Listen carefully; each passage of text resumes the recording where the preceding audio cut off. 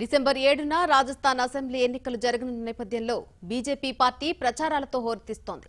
అధికారాన్ని నిలబెట్టుకోవడమే లక్ష్యంగా కమలం పార్టీ అధ్యక్షుడు అమిత్ షా ఎడారి రాష్ట్రంలో ప్రచార ర్యాలీలతో పార్టీ శ్రేణుల్లో ఉత్సాహాన్ని నింపారు. జలర్లో నిర్వహించిన ప్రచార సభలో ప్రసంగించిన షా కాంగ్రెస్ పై విమర్శనాస్త్రాలు సంధించారు. భారత్ మాతాకి జై అనేందుకు కూడా హస్తం పార్టీ నేతలు చిన్నతనంగా భావిస్తున్నారని, అలాంటి వారికి ఈ దేశంలో ఉండే హక్కు లేదని విరుచుకుపడ్డారు.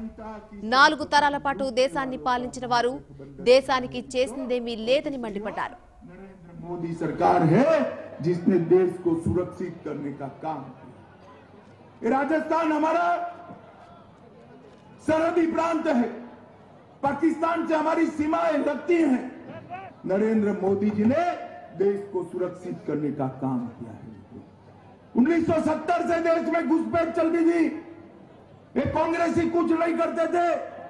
ये राजस्थान वालों ने, पाली वालों ने भारतीय जनता पार्टी की सरकार बना दी। मोदी जी प्रधानमंत्री बने, आसाम में भाजपा की सरकार बनी, एनआरसी लेकर। एनआरसी क्या है? देश के अंदर घुसपैठियों को चिन्हित करने की व्यवस्था है। మరోవైపు యూపీఏ హయాంలో రాజస్థాన్ కు కేవలం 1,09 కోట్ల రూపాయల కేంద్ర నిధులే వచ్చాయని, కానీ ప్రధాని మోడీ అధికారంలోకి వచ్చాక 2.5 లక్షలకు పైగా నిధులు ఇచ్చారని పేర్కొన్నారు. దేశ భద్రతా వ్యవస్థను బలోపేతం చేసిన ఘనత మోడీ సర్కార్దేనని ప్రశంసించారు. యూరి బేస్ క్యాంప్ పై ఉగ్రముఖులు పంజా విసిన 10 రోజుల్లోనే సర్జికల్ స్ట్రైక్స్ చేపట్టి భారత్ సత్తా ఏమిటో ప్రపంచానికి చాటి చెప్పిన ఘనత తమ ప్రభుత్వానిదేనని అన్నారు. అటు ఉదయ్పూర్ లో నిర్వహించిన రోడ్ షోలో పాల్గొన్న షాకు పార్టీ శ్రేణులు, ప్రజలు బ్రహ్మరథం పట్టారు. सरकार दी, आपने क्या दिया? आपके शासन में 13 फाइनेंस कमीशन आया।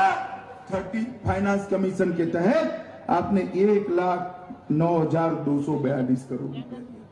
नरेंद्र मोदी जी ने 14वें वित्त आयोग में 1,09,000 से बढ़ाकर 2,63,580 करोड़ रुपया